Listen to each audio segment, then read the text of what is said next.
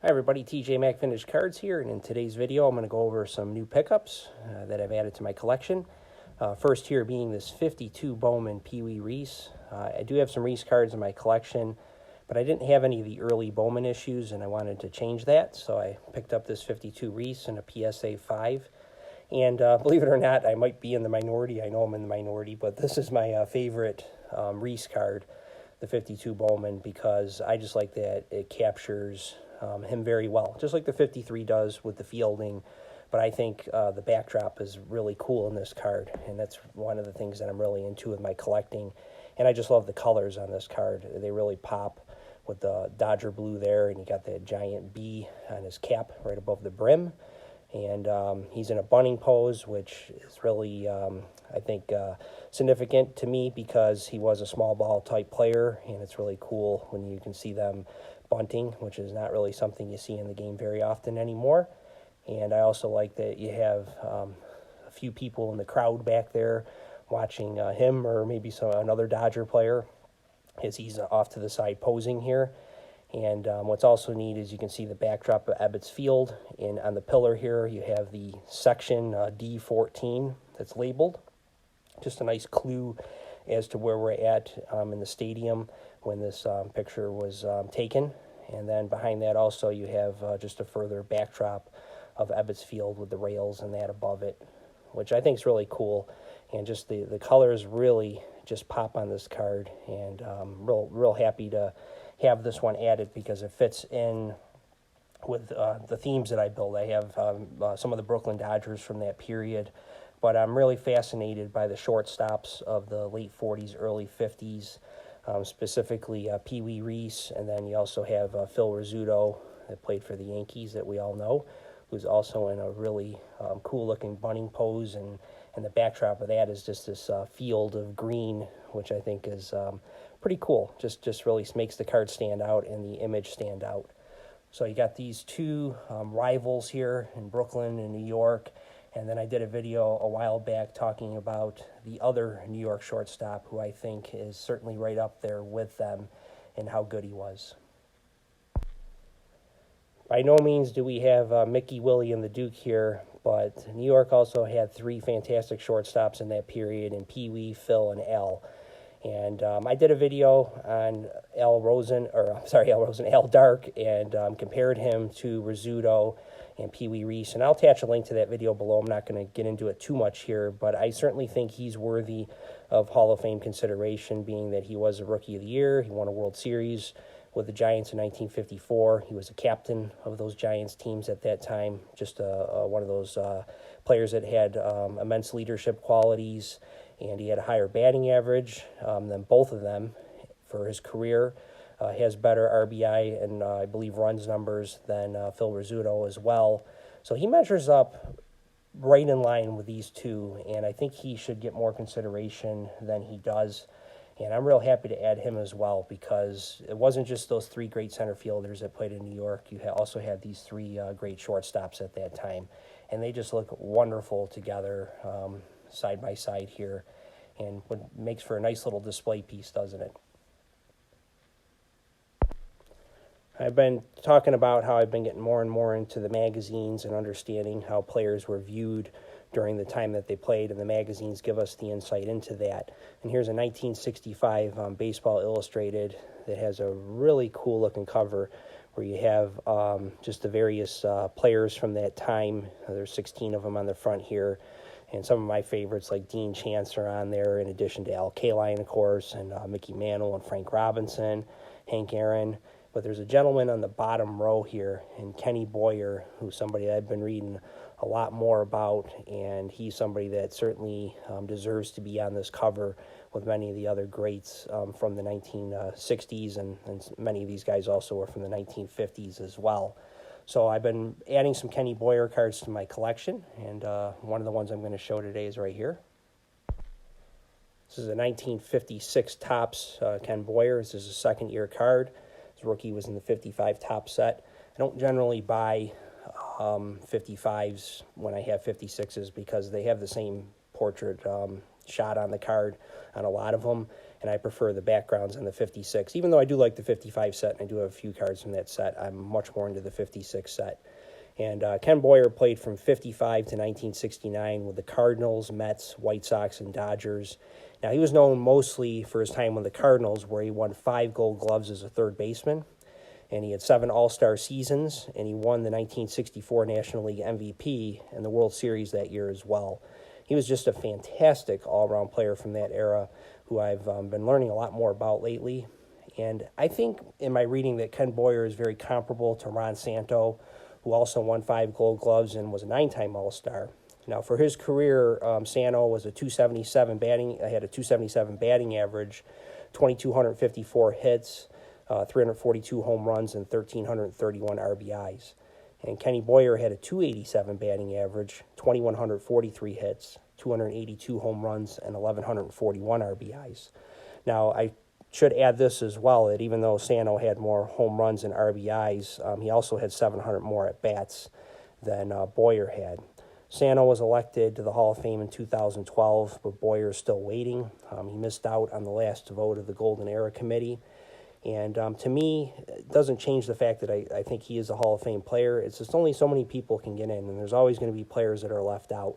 But they're not going to be left out of my collection, and it's one of the things that I've really learned about since I've been on the YouTube communities. It's really inspired me to read more and become a better student of baseball and football and hockey, and not just just buy all the top-notch Hall of Famers all the time.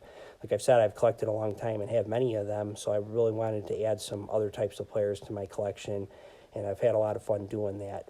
And one of the things I've done with Kenny Boyer is I've researched how he was viewed during that time. And in June of 1963, Cardinals consultant Branch Rickey, of course, who's the one that had Jackie Robinson come to the major leagues, he was considered one of the top evaluators of talent, and he told the Sporting News that Boyer is the best third baseman in baseball today with the bat, the arm, and the legs. He's the most underrated fielder. Take his bat away, and this big fella still is a great third baseman. And then there was a cover story by Dave Anderson in the 1965 season preview edition of Dell Sports magazine, and it captures how highly regarded Boyer was during his prime. He was named the winner of the National League Most Valuable Player in 1964 when he led the Cardinals to the World Series championship. Dell Sports assigned Anderson to do a piece about Boyer and Orioles third baseman Brooks Robinson. And Robinson, who I have right here, let's shrink this down a little bit. This is his 64 Topps card, which was the year that he won the MVP, and Boyer won the MVP in the National League. So they did a piece on both of them, and here's what Anderson wrote about these two. Take a look at this season at Ken Boyer and Brooks Robinson. Appreciate them now while they're at their peak. They're two of the best third basemen in baseball history, possibly the best ever. Surely they're the two best ever to compete in the same era. Now, many old-timers consider it heresy to rate any of the current stars as the best ever at their position, but Ken Boyer of the St. Louis Cardinals and Brooks Robinson of the Baltimore Orioles demand such recognition. None of the other current stars have invaded the history of their position the way Boyer and Robinson have at third base. And then Anderson interviewed former Pirates third baseman Pie Traynor, who was generally regarded as the best third baseman at that time, and he was elected to the Hall of Fame in 1948. And Traynor had this to say to Anderson: Boyer's steady, a great player. He's the punch of the Cardinals. If he doesn't drive all those runs in, which was 119 in 1964, they don't win the pennant that season. And if he doesn't drive in runs in the World Series, they don't win that either. When Anderson noted Boyer had put together 10 spectacular, steady seasons, Traynor replied, Brooks Robinson must do that. He had a big season last year in 64, but can he keep it up like Boyer has? Now, we know that Robinson did have a wonderful career with Baltimore, and he was elected to the Hall of Fame in 1983, 1 year after Ken Boyer died of cancer at the age of 51. He died of lung cancer, and the Cardinals retired his number 14 in 1984. That's one of the reasons why I don't think he might be in the Hall of Fame, is he passed away so long ago. He's been out of the consciousness of a lot of the people's minds, I think, as well, and that's probably hurt his candidacy a little bit. So this is a white back of the 56 Topps, and you can see that right there. So Again, just another player that I really admire, and I'm glad to add some cards of his to my collection. The last pickup I'm going to show today is this 1952 Bowman Small of a quarterback for the Giants, Charlie Connerly. Now, Connerly was a World War II veteran. He served in the Marine Corps, and he was part of the invasion of Guam. He was an outstanding college football and baseball player at Ole Miss, and he was one of these guys when you watch documentaries on him. He was just beloved in his hometown of Clarksdale, Mississippi. And I watched a program where they talked about when he was playing on Sundays with the Giants. One family said they would get a motel room in a nearby town just so they could watch the Giants on TV and see their local hero, Charlie Connerly. You got to remember, this was in the 1950s when you didn't have access to all the football games and you had to go places to find them. So this family actually would do that, which I thought was pretty neat.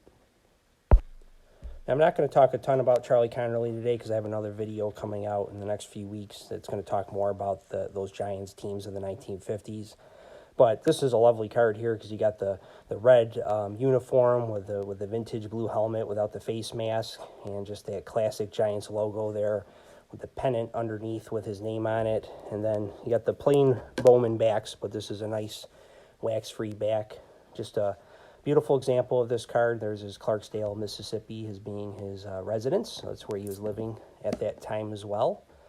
And Connerly would play in 4 NFL championship games in 56, 58, and 59.